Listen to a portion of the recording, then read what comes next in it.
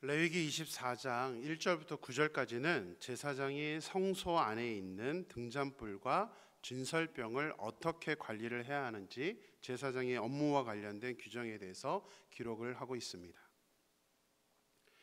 성소 안에 있는 등잔불과 진설병에 대한 규정을 말한다고 제가 설명한다고 말씀을 드렸지만, 구체적인 규정을 살펴보면 하나님은 제사장과 그리고 지금 우리에게 어떤 영적인 교훈을 하고 있다는 것을 발견하게 됩니다. 단순한 규정으로 끝나는 것이 아닙니다. 첫 번째는 순결한 것을 사용하고 순결한 상태를 유지해야 한다라고 말씀하고 있습니다. 2절 말씀 볼까요? 이스라엘 자손에게 명령하여 불을 켜기 위하여 감람을 찧어낸 순결한 기름을 4개로 가져오게 하며 계속해서 등잔불을 켜둘지며, 하나님은 감람을 찧어낸 순결한 기름을 가져오라고 말씀하십니다. 4절입니다. 그는 여호와 앞에서 순결한 등잔대 위의 등잔들을 항상 정리할지니라. 순결한 기름만 가져와서 사용하는 걸로 끝나는 게 아니라 그것을 불을 밝힌 후에는 순결한 등잔대 위의 등잔들을 항상 정리하라. 깨끗한 순결한 상태를 유지하라는 것입니다. 6절도 보겠습니다. 여호와 앞 순결한 상 위에 2줄로 한 줄에 6씩 진설하고, 진설병에 대한 규정을 말씀하실 때도 여호와 앞 순결한 상 위에 2줄로 한 줄에 6씩 진설을 하라고 말씀하고 있습니다. 7절도 보겠습니다. 너는 또 정결한 유향을 그 각줄 위에 두어 기념물로 여호와께 화제를 삼을 것이며, 정결한 유향을 진설한 떡 각줄 위에 두라고 말씀하십니다. 계속해서 반복해서 나오는 단어가 뭐죠? 순결, 정결이라는 단어입니다. 순결하다, 정결하다라는 말은 단순히 깨끗하다는 게 아니라 다른 것과 섞이지 않았다는 것을 의미합니다.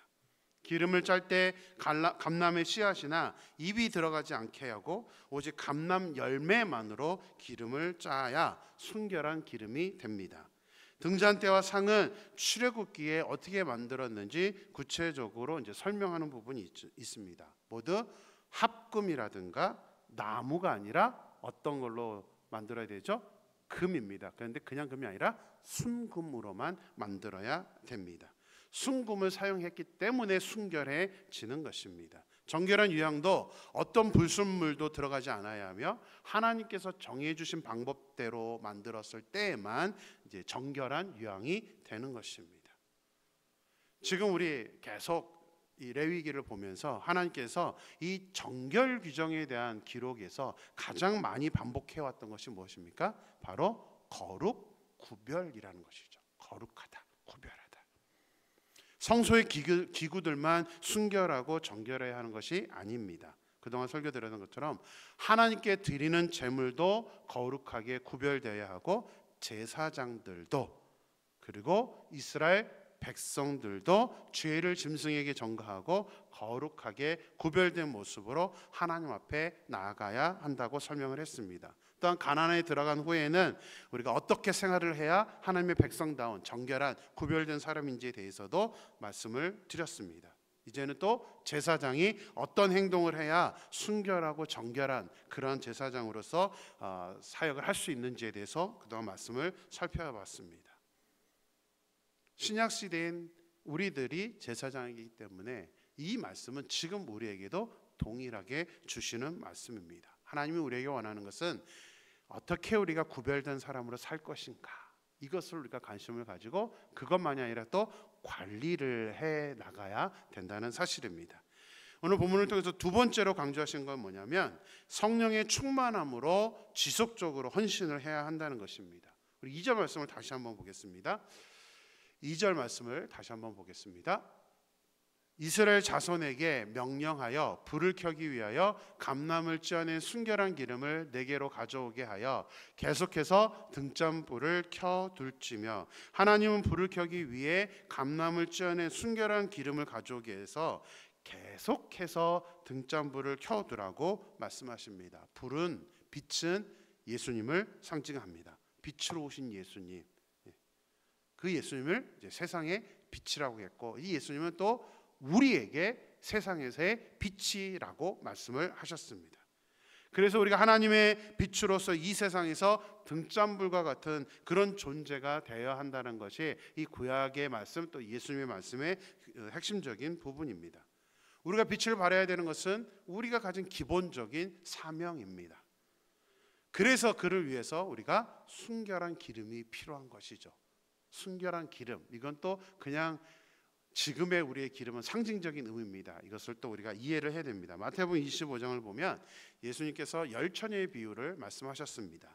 표현 그대로 다섯 처녀는, 슬기로운 다섯 처녀는 기름을 준비했고 어리석은 다섯 처녀는 기름을 준비하지 못했습니다. 성경에서 기름은 성령을 상징합니다. 무슨 말이죠?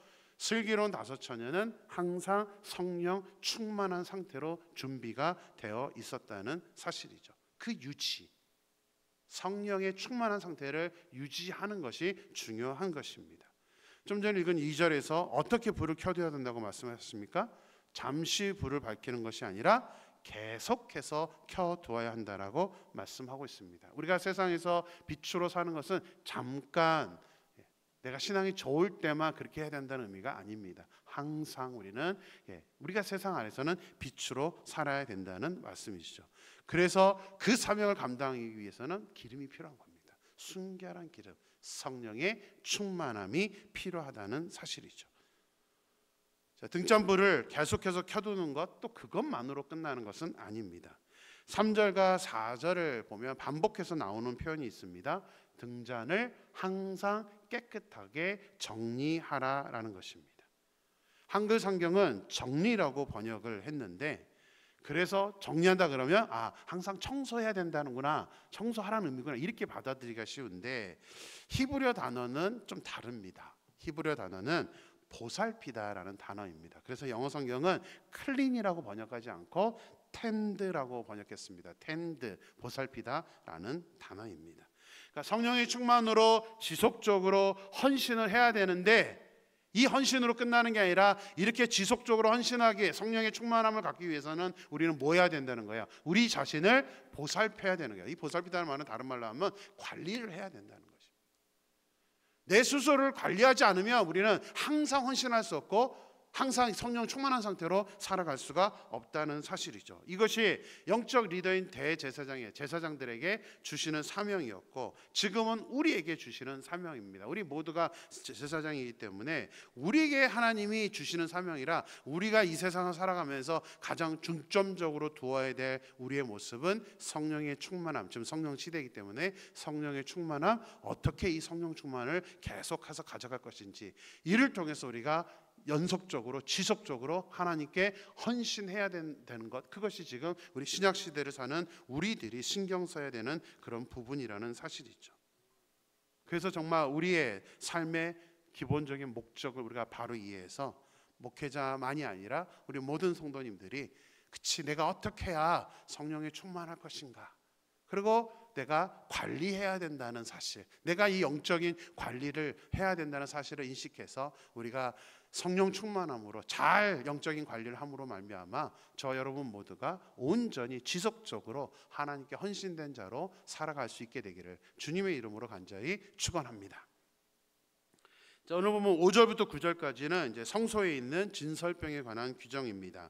제사장은 안식일마다 한 줄에 6씩 2줄로 떡을 이제 진설해야 합니다. 우리 8절 말씀을 보겠습니다.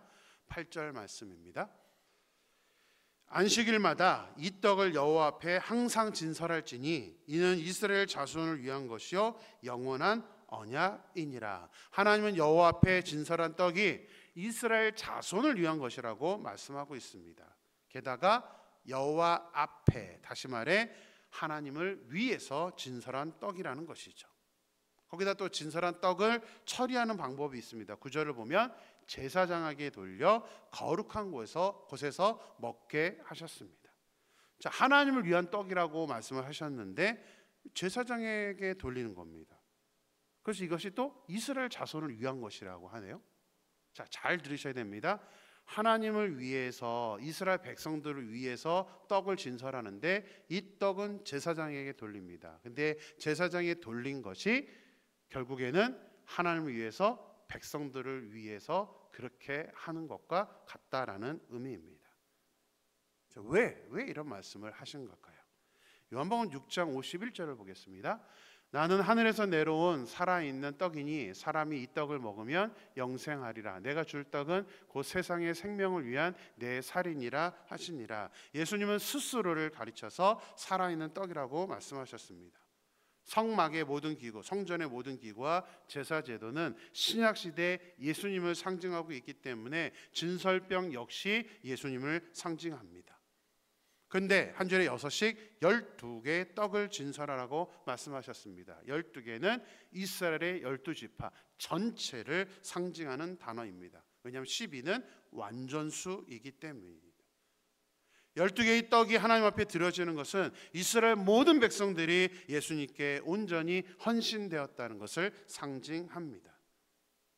근데 떡을 드리고 진설하는 것이 이 하나님을 위해서 진설하는 것이지만 이것을 제사장에게 돌렸을 때 이것 역시도 하나님을 위한 것이고, 이스라엘 백성들이 이 말씀에 순종해서 이 떡을 제사장에 돌렸을 때만이 하나님께 드리는 것으로 끝이 아니라 이 떡이 제사장에게 돌아갔을 때만이 이 진설병의 의미가 온전히 이루어지는 것이죠.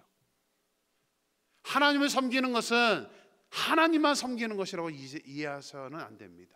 성경은 너무나 명확하게 하나님을 섬기는 것, 그것은 그대로 사역자들을 섬기는 것, 또 좀 더 확대되면 다른 사람들을 섬기는 것으로 나아갑니다.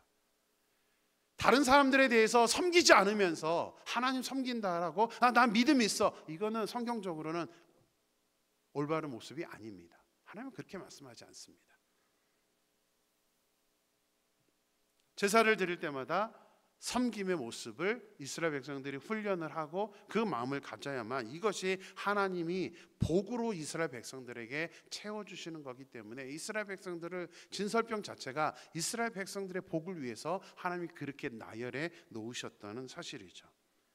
나를 위해서 아끼고 전략하고 모으는 것은 내가 노력한 만큼만 얻을 수 있습니다. 그러나 하나님의 법칙은 하나님의 말씀을 알고 하나님께 드릴 줄 알며 하나님께만이 아니라 사역자들을 섬기고 더 나아가 가난한 사람들을 위해서 우리의 물질들을 드렸을 때만이 이것이 진정으로 복을 받을 수 있는, 하나님이 우리가 할 수 있는 능력 이상을 주시고 채워주시는 그런 복된 삶이라는 사실입니다.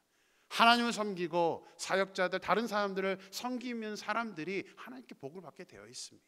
반대로 말하면 그렇게 하나님께 인색하고 사역자들, 다른 사람들한테 인색한 사람들은 하나님께서 복을 허락하지 않으신다는 사실이 있죠.